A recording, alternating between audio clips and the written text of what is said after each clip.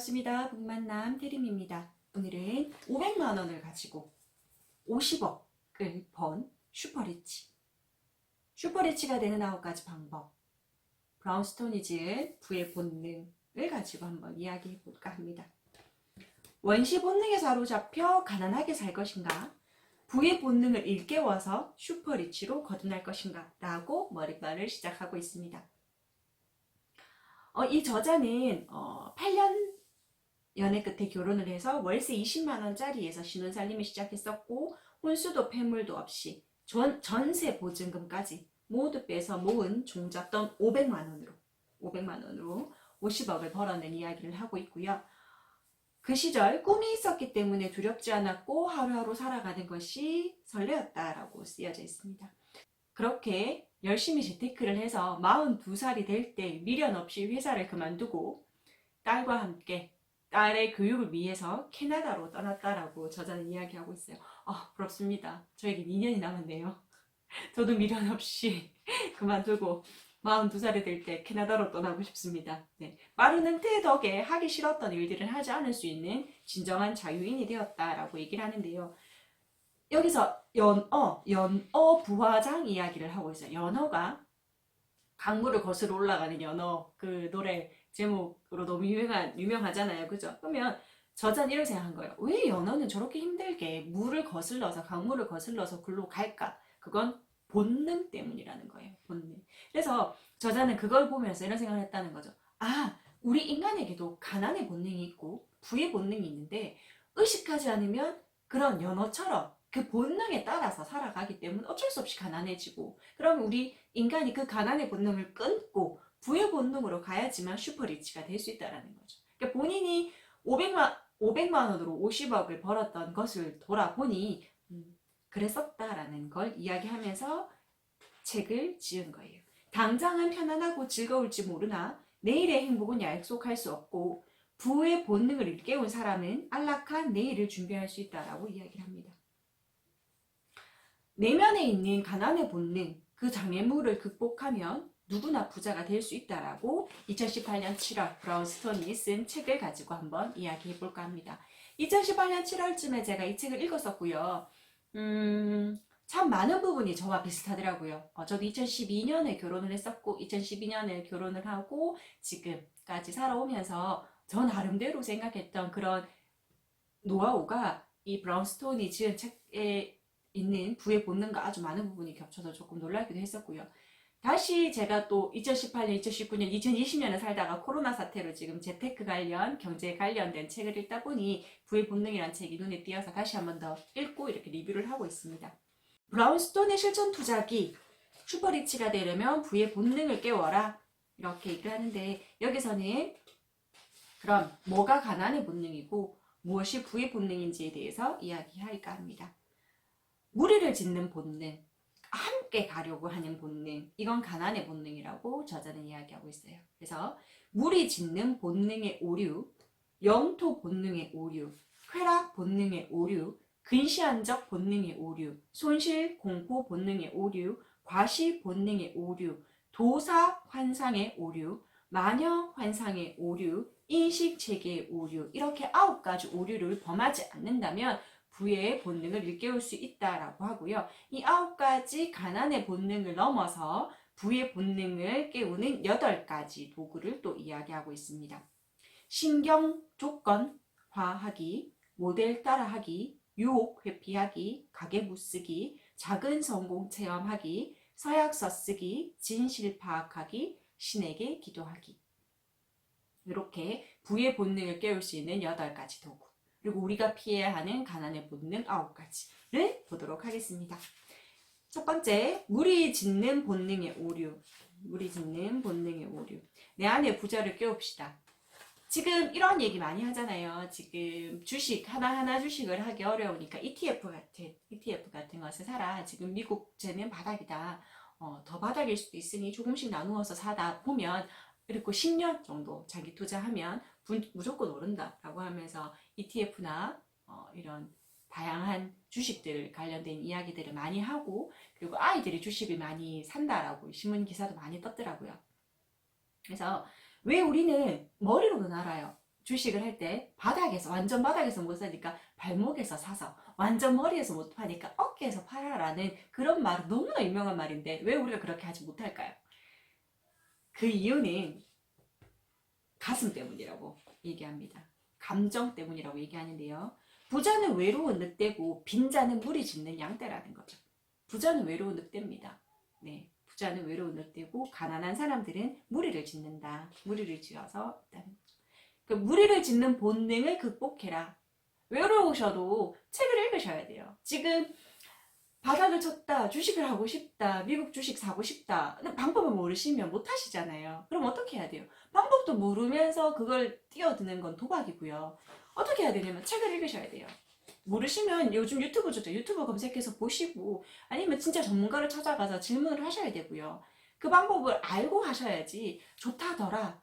이런 말만 듣고 뛰어들면 정말 안 됩니다. 얼마나 힘들게 번 돈인데 그 힘든 돈, 그 번 돈, 그 종잣돈으로 스노우볼의 효과로 불려셔야지 그걸 가지고 그러시면 안 되겠죠. 그죠? 그래서 무리 짓는 본능을 극복하고 외로운 늑대가 되어라. 부의 본능을 깨우는 스위치를 켜라는 거죠. 투기 바람에는 일정한 방향이 있다. 투기는 하면 안 되겠죠.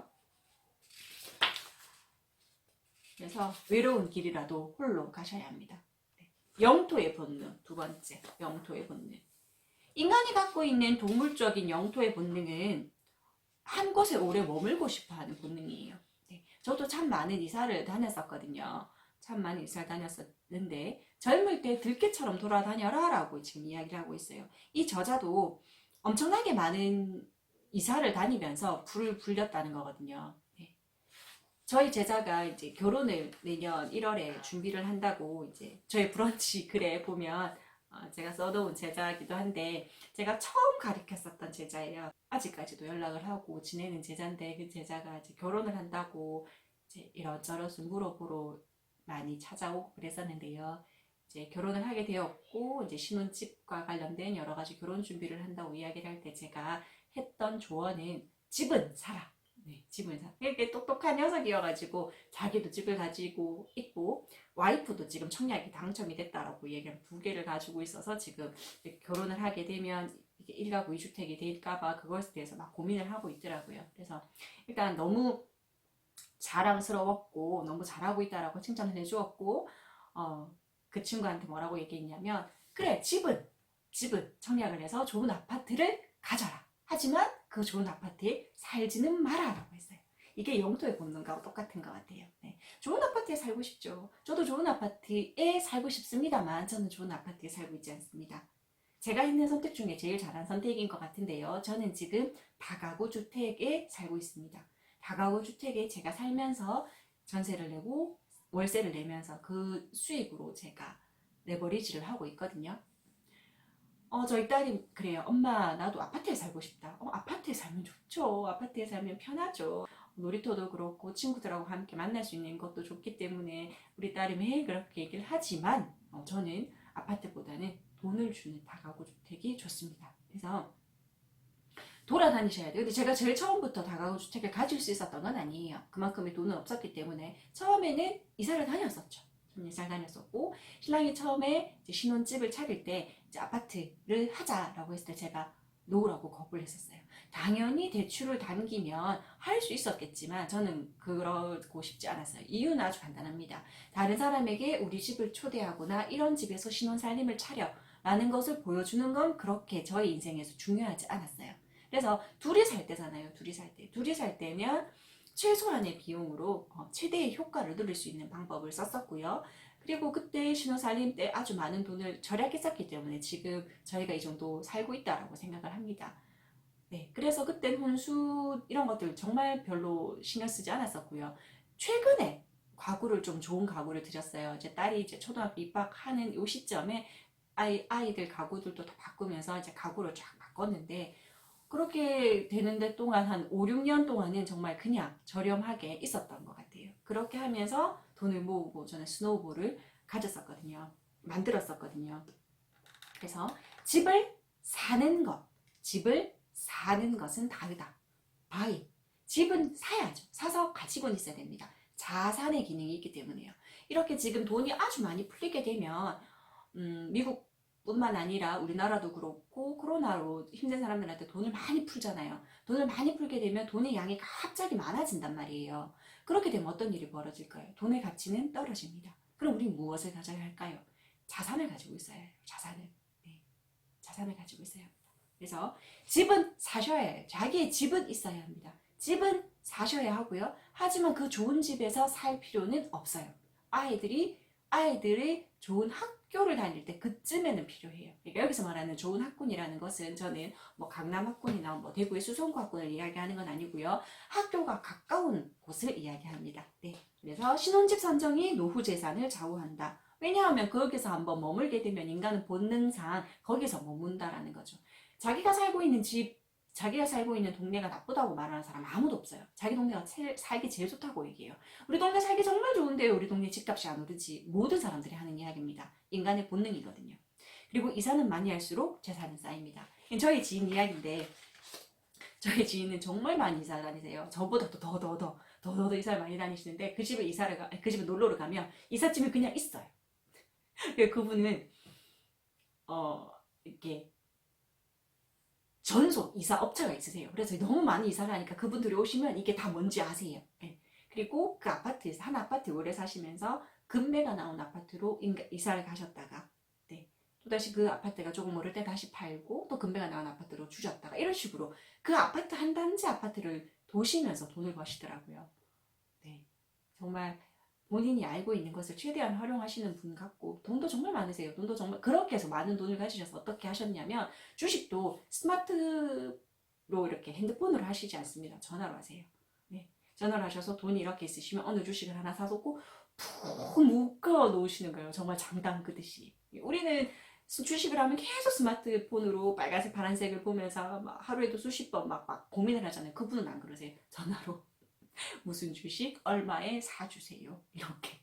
그리고 무슨 주식 얼마에 팔아주세요. 이렇게 전화를 쓰시더라고요. 근데 그것도 하나 방법인 것 같아요. 네. 왜냐하면 자기가 눈으로 보지 않으니까 자기가 예상했던 단가에 그 예상했는 단가가 될 때 판다는 거죠. 아니면 그냥 묵혀두는 거예요. 정말 가치 투자를 하시는 것 같더라고요. 네. 그분이 어떻게 하시냐? 아주 많은 이사를 다니세요. 아주 많은 이사를 다니시고 근데 그분도 그 동네에서 왔다 갔다 거리시는 거예요. 그래서 신혼집 선정이 노후 재산을 좌우한다. 그러니까 월세가 잘 나갈, 전세가 잘 나갈 그런 집을 가야 된다는 거죠. 학교가 가깝고 내지는 편의시설이 가까운 그런 아파트를 사셔야 하는 거예요. 세 번째, 쾌락 본능의 오류. 쾌락 본능의 오류. 열로 이런 말 있잖아요. 열심히 일한 당신 떠나면 안 됩니다. 그죠? 떠나려면 제 유튜브 자본주의 영상을 보시면 제가 ABCD 통장을 이야기했었거든요.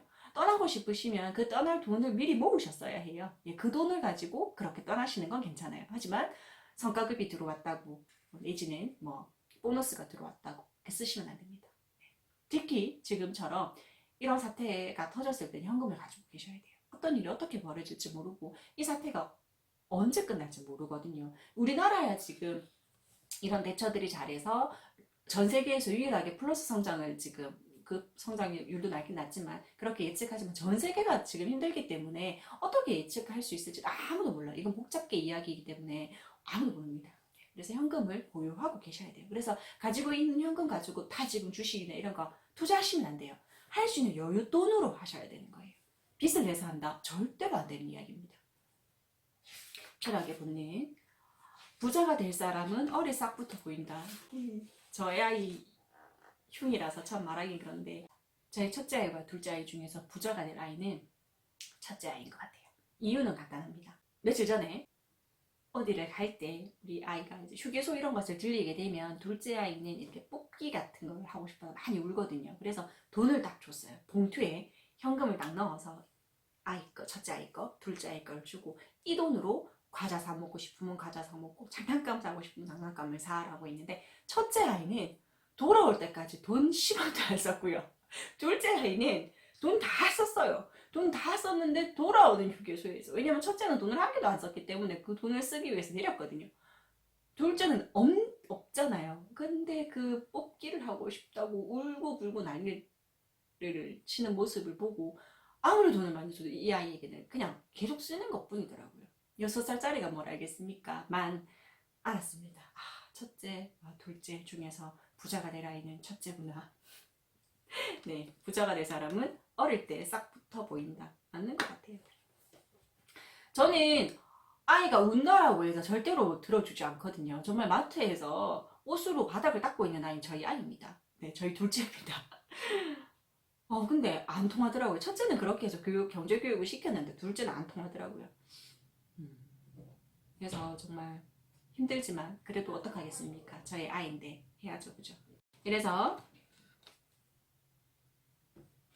쾌락의 본능을 극복하고 자린고비로 다시 태어나라.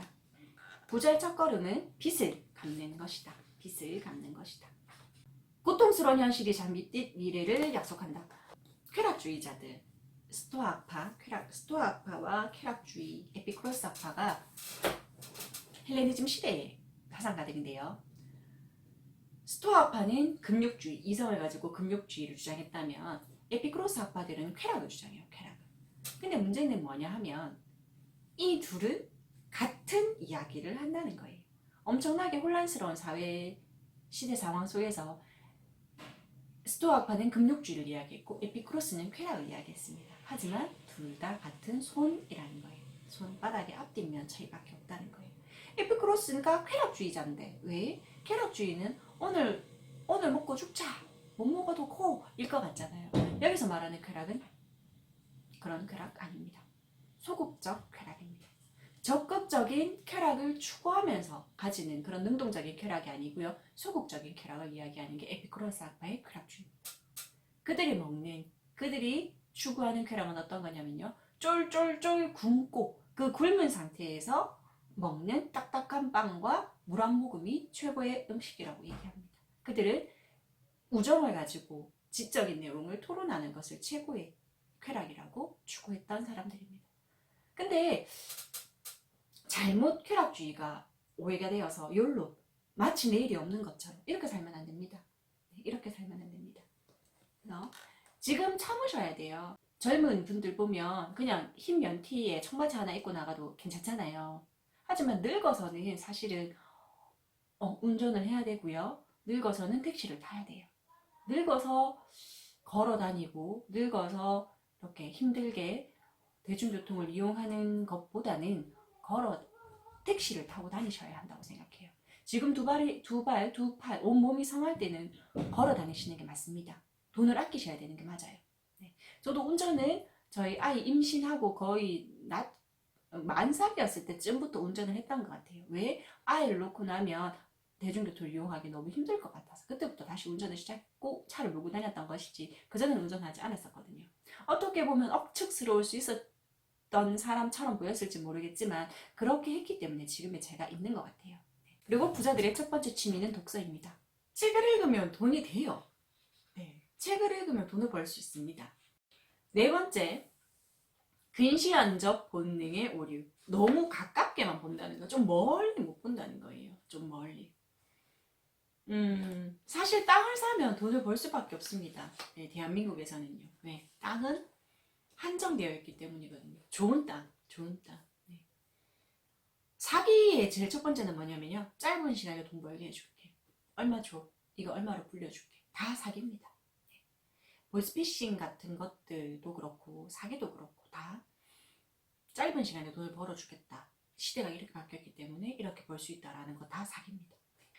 근시안적 본능의 오류입니다. 근시안적 본능의 오류. 짧은 시간에 돈을 벌겠다 해주는 것, 짧은 시간에 많은 돈을 벌겠다라고 생각하는 그것이 오류라는 겁니다.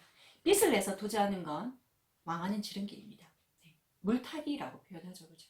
하시면 안 돼요. 근데 본인의 돈으로 물타기를 하는 건 뭐 본인의 선택이지만 빚을 내서 물타기를 하는 건 정말 큰일 날 이야기입니다. 그죠? 욜로 하다가 골로 간다라고 저자는 이야기하고 있네요. 네. 호재는 아직도 재개발, 재건축에 있다라고 이야기를 하고 있습니다. 부의 본능을 깨우는 네 번째 스위치. 근시안적 본능을 극복하고 진득하게 버텨라.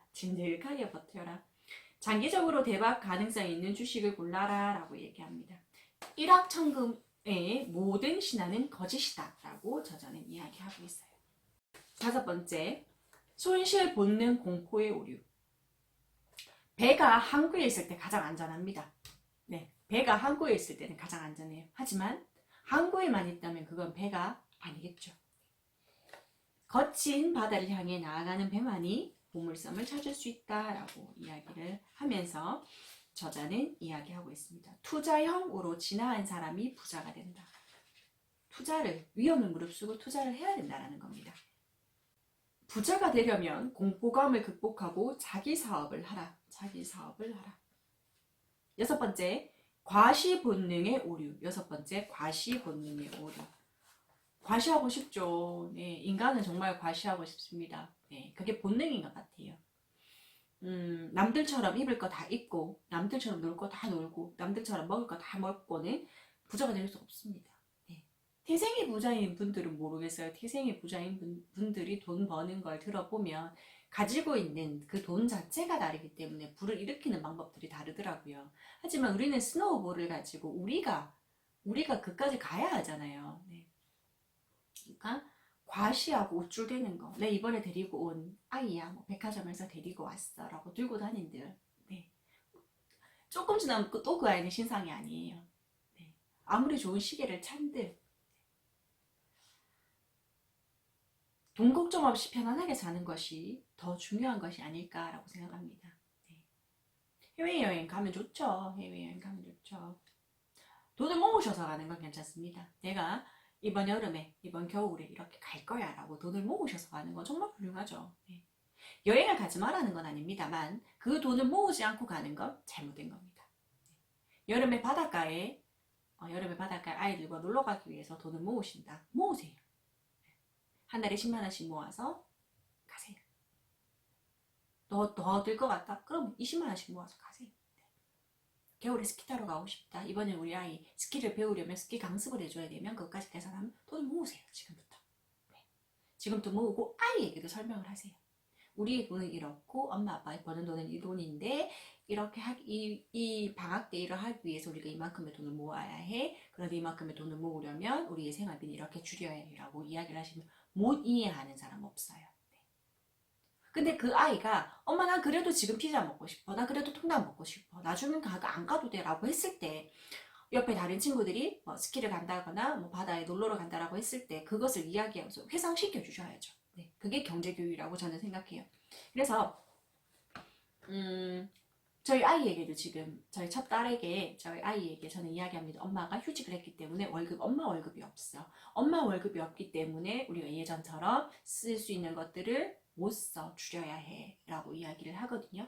그럼 아이도 알죠. 왜? 엄마가 매일 출근했던 사람인데 이제는 출근을 하지 않잖아요. 그럼 딸이 저에게 진짜 어젯밤에 저한테 그런 얘기를 해주더라고요. 엄마랑 같이 있어서 너무 좋아.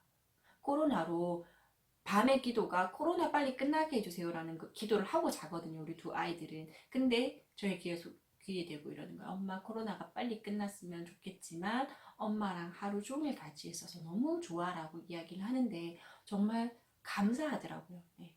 코로나 사태로 너무 힘들어서 빨리 끝나야 되는 건 맞고요. 하지만 우리 긍정적인 걸 보자고요. 네. 이렇게 온전히 제가 저희 딸과 저희 아이와 함께 있을 수 있는 시간을 그나마 감사한 걸 한번 찾아보려고 노력했던 거고 그렇게 아이가 말해주면 참 감사하더라고요. 그래서 우리는 과시욕을 버려야 합니다. 좋은 차, 좋은 집, 브랜드 아파트, 뭐 명품 가방, 명품 시계 이런 것들을 쫓아다니다 보면 돈 없어요. 네, 그런 과시 본능 추구하시면 안 됩니다. 부자들에게는 한턱 내기란 없다라고 이야기를 하거든요. 네. 근데 저는 조금 다르게 생각해요. 네, 저는 제가 정말 열심히 방학 때 막 돈을 벌어서 정말 사랑하는 지인들한테 밥을 사면서 그것이 또 저의 행복이더라고요. 그렇게 해서 돈을 조금 더 모을 수 있었을지 모르겠지만 제가 저의 돈에서 네, 일부를 떼서 저희가 가장 사랑하는 사람, 제가 아끼는 저의 사람들에게 밥을 사는 것 그거 자체가 저에게는 또 하나의 가치이기 때문에 명품 가방이나 뭐 이런 것들을 쫓지 않는 대신에 제가 추구하고 있는 하나의 가치입니다. 근데 이 저자는 부자에게는 한턱 내기란 없답니다. 네. 그래서 첫 번째 목표는 내 집 마련이다 라고 표현을 하고 있고 원하는 것과 필요한 것을 구분하라라고 얘기합니다. 과시 본능에서 벗어나 돈에 숨겨진 힘에 눈을 떠라 라고 표현합니다. 여섯 번째 스위치 부의 본능을 깨우는 스위치 6 과시 본능에서 벗어나 돈에 숨겨진 힘에 눈을 떠라. 원하는 것과 필요한 것을 구분하라. 아내의 절약이 집안을 부자로 만든다. 맞는 것 같아요. 네. 음식을 사서 식재료를 사서 냉장고에 넣으면 정말 저 안에 먹지 않고 썩어 들어갔던 음식 재료들을 볼 때마다 정말 속 상하거든요. 이것도 어떻게 보면 현명한 아내의 노하우인 것 같아요. 냉장고에 뭐가 있는지, 이걸로 무슨 음식을 만들 수 있고, 어떻게, 아니면 소분을 해서 냉동실에 넣어두고, 그렇죠. 귀찮을 수도 있지만 이게 가장 첫 알뜰 살림의 시작인 것 같습니다. 소분. 네. 돈과 자동차로 과시하는 빈수레들. 네. 미혼 시절 재테크에 눈을 떠야 부자가 된다. 미혼이신 분들, 네, 재테크하십시오. 여기서 이 재테크는, 미혼 때의 재테크는 수도원으로 모아야 되겠죠. 네. 도사 환상의 오류 1번째. 도사들은 개미 투자자의 어머니가 아니다. 그러니까 뭐 누구의 얘기를 듣고 막 하는 이런 거 하지 마라 이 말이에요. 네. 자신이 공부해야 돼요.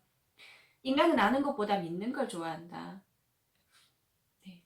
아셔야 하는데 자꾸 누군가의 말을 듣고 쪽집게 도사들이 찍어주는 것을 하고 싶어 한다는 거죠. 그러면 안 됩니다. 네. 작전에 들어가시면 안 돼요. 작전 당합니다. 네. 부의 본능을 깨우는 스위치 7. 도저 환상을 극복하고 냉혹한 현실에 눈을 떠라. 8번째 환상, 마녀 환상. 마녀 환상은 가난한 사람이 걸리기 쉬운 질병이다. 마녀 환상에 빠지면 부자가 될 동력과 추진력을 잃어버린다.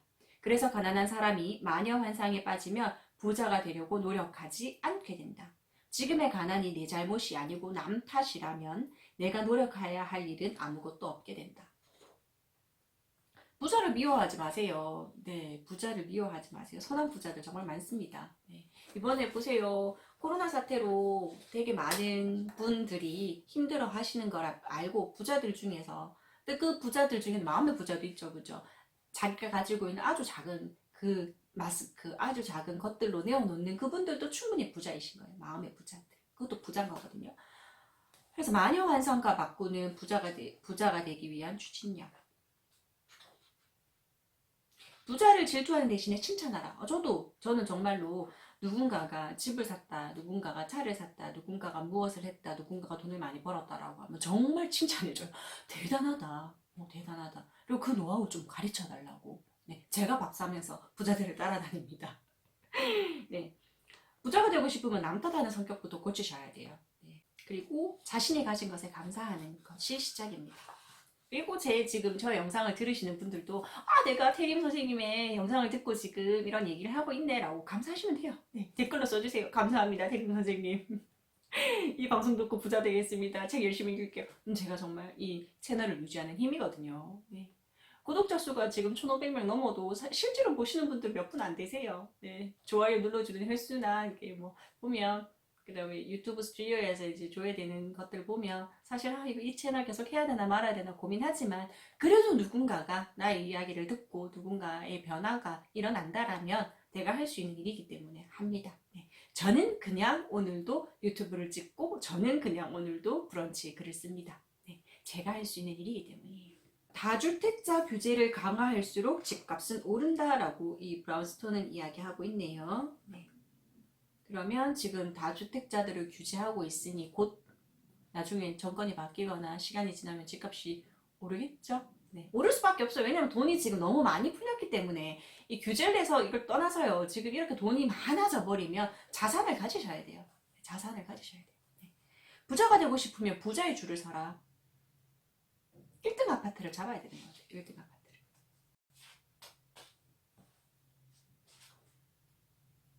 그리고 이런 사회가 되면 될수록 부자는 더 부자, 가난한 사람은 더 가난해집니다. 마태 효과라고 하죠. 그죠? 부자는 더 부자가 될 것이고 가난한 사람은 더 가난해진다. 요즘 이 시대가 더 그런 것 같아요. 팔로우들이 많이 따라다니는 사람들 더 많은 팔로우들이 따라다니고요. 그렇지 않은 사람들은 그렇지 않은 거죠. 유튜브도 보세요. 네. 구독자들이 막 유명인들은 막 몇십만 몇백만 막 붙잖아요. 제 딸이 저하고 펭수하고 비교한다 했잖아요. 엄마 펭수는 구독자가 몇 명이야? 엄마는 구독자 몇 명이야? 이러면서. 네, 펭수가 저와 경쟁 상태입니다. 펭수.